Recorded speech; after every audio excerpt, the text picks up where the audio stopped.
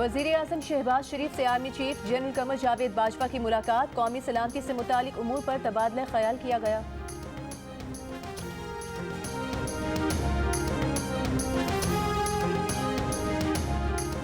Chairman PTI Imran Khan ने कहा कि शफाफ इंतखाबात के जरिए आवाम को अपने मुस्तकबिल का मौका देने के सिवा कोई चारा नहीं। किसी मुल्क की खुद मुख्तारी और जमहूरियत का तहफ़्फ़ुज़ आवाम करते हैं। हुकूमत की तब्दीली कबूल की तो कोई सरबराह हुकूमत बैरूनी दबाव का सामना करने की जुर्रत नहीं कर सकेगा। पूरी कौम अपनी आज़ादी और खुद मुख्तारी के लिए यकजा और मुतहर्रिक है।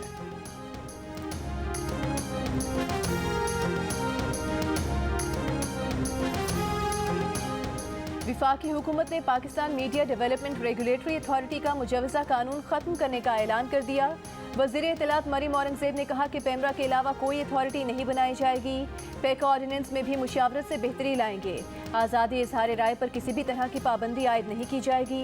सहाफ़ियों के घरों के सामने एहतजाज की कॉल बर्दाश्त नहीं करेंगे। सहाफ़ियों के घरों की हिफाजत वज़ारत इत्तलात करेगी। मरीम औरंगज़ेब का वज़ारत इत्तलात में कायम डिजिटल मीडिया विंग भी बंद करने का ऐलान। प्रेस कॉन्फ्रेंस में कहा कि अगर सदर मुमलिकत ने ओहदे को जमात के लिए इस्तेमाल करना है तो इस्तीफ़ा दे दें।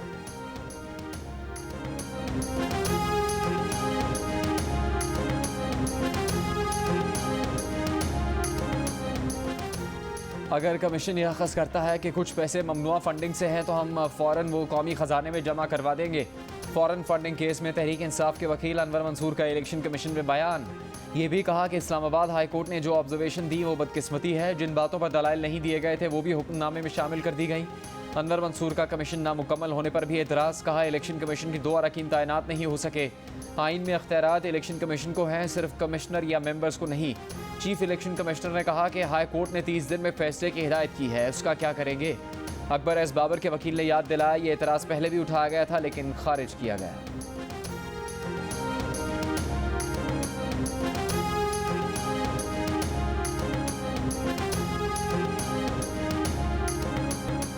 सारा फोकस तहरीक इंसाफ पर किया जा रहा है। दीगर जमातों का केस क्यों नहीं सुना जा रहा? हमसे इम्तियाजी सलूक क्यों? PTI के शाह महमूद कुरैशी का शिकवा। कहा अपनी स्क्रूटनी पर एतराज़ नहीं लेकिन दीगर सियासी जमातों को भी बुलाया जाए। सब फंड्स लीगल हैं, कोई ममनुआ फंडिंग नहीं। फरूख हबीब बोले इस्लामाबाद हाई कोर्ट का फैसला इंट्रा कोर्ट अपील में चैलेंज करने जा रहे हैं। दरख्वास्त दायर कर रहे हैं कि नून लीग और पीपल्स पार्टी का केस भी रोज़ाना की बुनियाद पर चलाया जाए।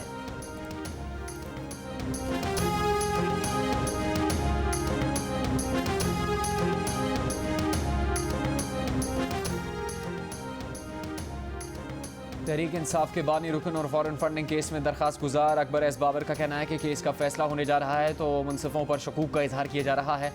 ममनुआ फंडिंग साबित होती है तो इसके असरात जमात और चेयरमैन पर होंगे। इस्लामाबाद हाई कोर्ट का फैसला इस केस को मंतकी अंजाम तक पहुँचा देगा।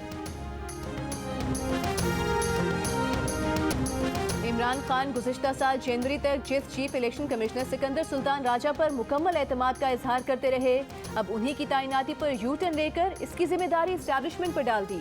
कहा जिन दिनों सिकंदर सुल्तान राजा को इलेक्शन कमिश्नर मुकर्रर किया गया उन दिनों अपोजिशन जमातों से बातचीत तातुल का शिकार थी। 22 जनवरी 2021 को इमरान खान ने फॉरेन फंडिंग केस की तहकीकात के लिए चीफ इलेक्शन कमिश्नर पर मुकम्मल एतमाद का इजहार किया था। शेख रशीद भी सिकंदर सुल्तान राजा की न सिर्फ तारीफें करते रहे बल्कि उन्हें ईमानदार और अपने काम से काम रखने वाले अनथक अफसर का खिताब और रिटायरमेंट के बाद किसी खुद मुख्तार विफाकी इदारे का सरबराह रखने की तजवीज़ दे चुके हैं। साबिक विफाकी वज़ीर श्री मज़ारी माजी में कह चुकी हैं सिकंदर सुल्तान राजा की तकर्री सबकी रजामंदी से हुई थी।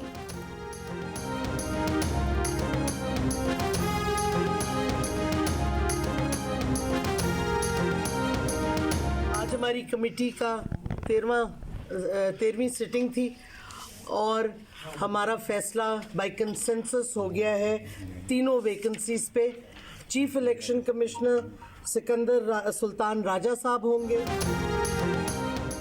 आर्टिकल 63A की तशरीह से मुतालिक सदाती रेफरेंस पर समाज जस्टिस एजाजुल एहसन ने रिमार्क्स दिए कि कल्चर बन गया है फैसला आपके हक में हो तो इंसाफ का बोलबाला, खिलाफ हो तो इंसाफ दागदार। अमेरिका में सुप्रीम कोर्ट हतमी सालिस है, फैसलों पर इतना एतबार है कि मेनुआन अमल किया जाता है। चीफ जस्टिस ने कहा सबको एक ही जाविये में देखना दुरुस्त नहीं। वकील फारूक नाइक का कहना था कि हमारे जो हालात हैं मुल्क अनारकी की तरफ बढ़ रहा है, कोई आइन और कानून को मानने के लिए तैयार ही नहीं। आर्टिकल 63 से मुतालिक दलाल में कहा कि पॉलिसी मामलात में इन्हराफ किया जा सकता है। फौजी आमिर ने आइन में आर्टिकल 62-63 को शामिल किया। रेफरेंस पर समाअत कल तक मुलतवी।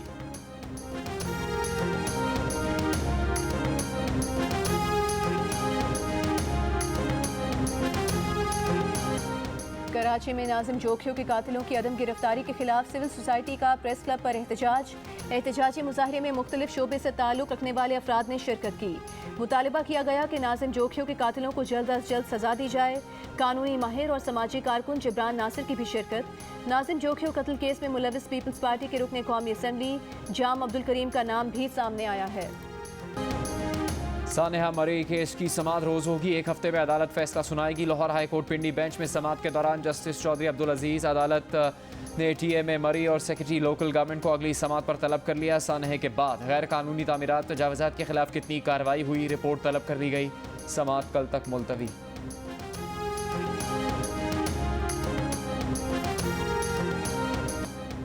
सेंट्रल पावर परचेजिंग एजेंसी की फी यूनिट बिजली 3 रुपये 15 पैसे महंगी करने की दरखास्त। नेपरा के मुताबिक दरखास्त मार्च की फ्यूल प्राइस एडजस्टमेंट कीमत में की गई है, जिस पर समाअत 27 अप्रैल को होगी। बिजली महंगी करने की दरखास्त के इलेक्ट्रिक के सिवा तमाम बिजली तकसीमकार कंपनीज के लिए है।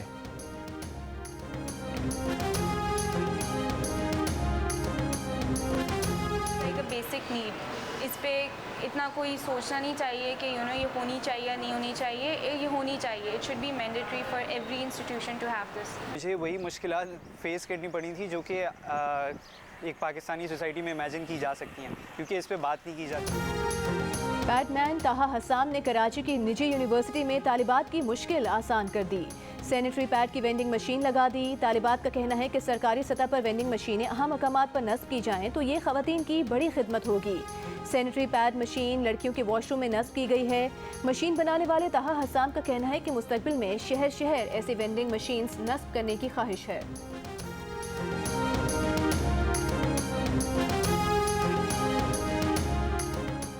करतारपुर में बैसाखी मेले की 2 रोज़ा तकरीबात का आज से आगाज़। वाघा बॉर्डर के जरिए आने वाले भारतीय सिख यात्री भी खुसूसी बसों से करतारपुर पहुंचेंगे।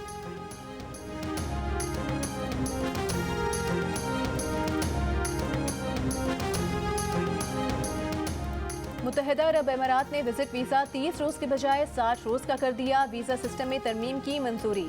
वालिदैन 18 के बजाय अपने 25 साल की उम्र तक बच्चों को स्पॉन्सर करके वीज़ा दे सकते हैं। वालिदैन गैर शादीशुदा बेटी को गैर मुअय्यना मुद्दत तक स्पॉन्सर्ड वीज़ा फराहम कर सकते हैं। मुलाजमत तलाश करने वालों को नए एंट्री वीज़े दस्तयाब होंगे।